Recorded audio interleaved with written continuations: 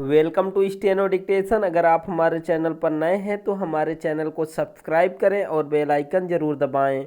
Dictation 5 second बाद शुरू होगा। स्टार्ट।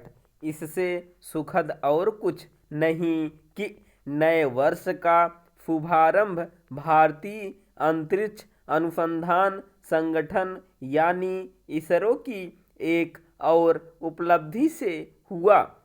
इसरो ने ब्लैक होल्स समेत अंतरिक्ष के अन्य रहस्यों के अध्ययन के लिए एक्सपो उपग्रह सफलतापूर्वक लॉन्च करने में सफलता हासिल की।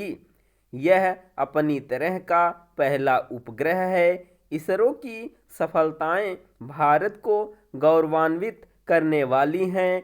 बीते वर्ष इसरो ने अपने चंद्र अभियान के तीसरे चरण के तहत चंद्रयान को चंद्रमा के दक्षिणी छोर पहुंचाने में जो सफलता प्राप्त की वह एक तरह से अंतरिक्ष में हमारी विश्व विजय थी, क्योंकि भारत इस स्थल पर अपने यान को सफलतापूर्वक ले जाने वाला पहला देश था।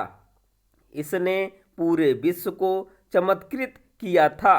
इसरो शीघ्र ही एक और इतिहास रचने के निकट है, क्योंकि सूर्य का अध्ययन करने के लिए भेजा गया अंतरिक्ष यान आदित्य L1 इसी सप्ताह गंतव्य तक पहुंच जाएगा।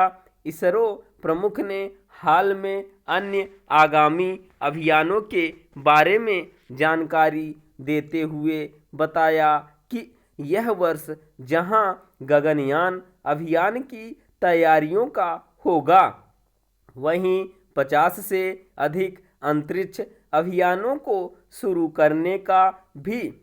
इसरो ने अपनी उत्कृष्टता से विश्व में अपनी छाप छोड़ने के साथ देश को प्रतिष्ठा भी प्रदान की है। इसरो की क्षमता का लोहा पूरी दुनिया मान रही है। यह सही समय है कि विज्ञान, तकनीक और शोध से जुड़े हमारे अन्य संस्थान भी इसरो जैसी क्षमता हासिल करने के लिए संकल्पित हों। इस क्रम में वे यह भी ध्यान रखें कि इसरो ने स्वयं के बलबूते महारत हासिल की है।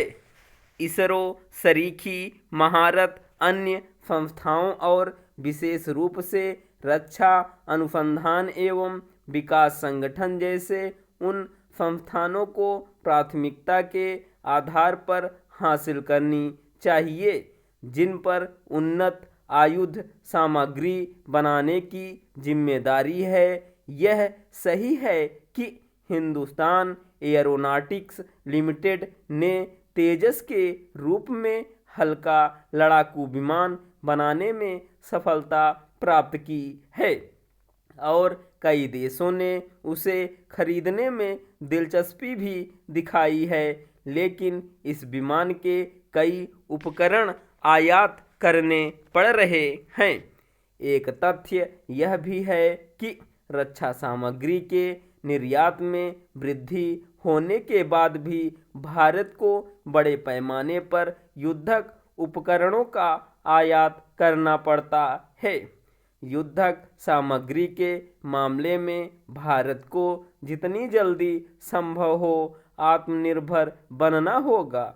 आत्मनिर्भर और उत्कृष्ट बनने की चुनौती केवल विज्ञान एवं तकनीक से जुड़े संस्थानों के समक्ष ही नहीं है।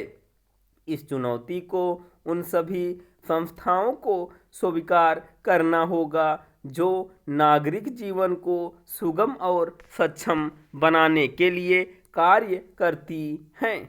सरकारी संस्थानों के साथ निजी क्षेत्र की संस्थाओं और उद्योग जगत को भी इसरो से सीख लेते हुए यह चुनौती स्वीकार करनी होगी, क्योंकि इससे ही उनके उत्पादों और उनकी ओर से प्रदान की जाने वाली सेवाएं विश्व स्तरीय बन सकती हैं। जब ऐसा होगा तभी विश्व में उनकी धाक जमेगी और देश तेजी के साथ आगे बढ़ेगा। स्टॉप।